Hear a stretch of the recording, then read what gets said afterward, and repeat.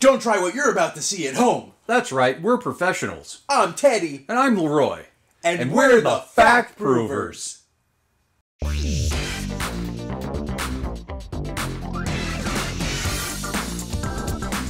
Who are the FactProvers? With over 50 years of combined life experience combined, Leroy Dingle and Teddy Flaxsnap don't just tell the facts, they put them to the test.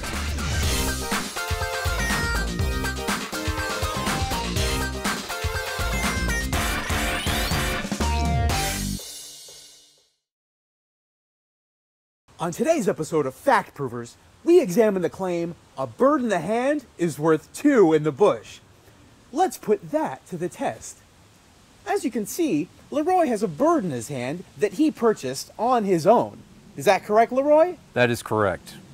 And in that bush over there, I placed two birds that I purchased separately from Leroy's.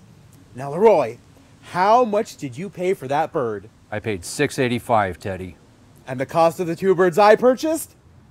$6.85. Fact proven.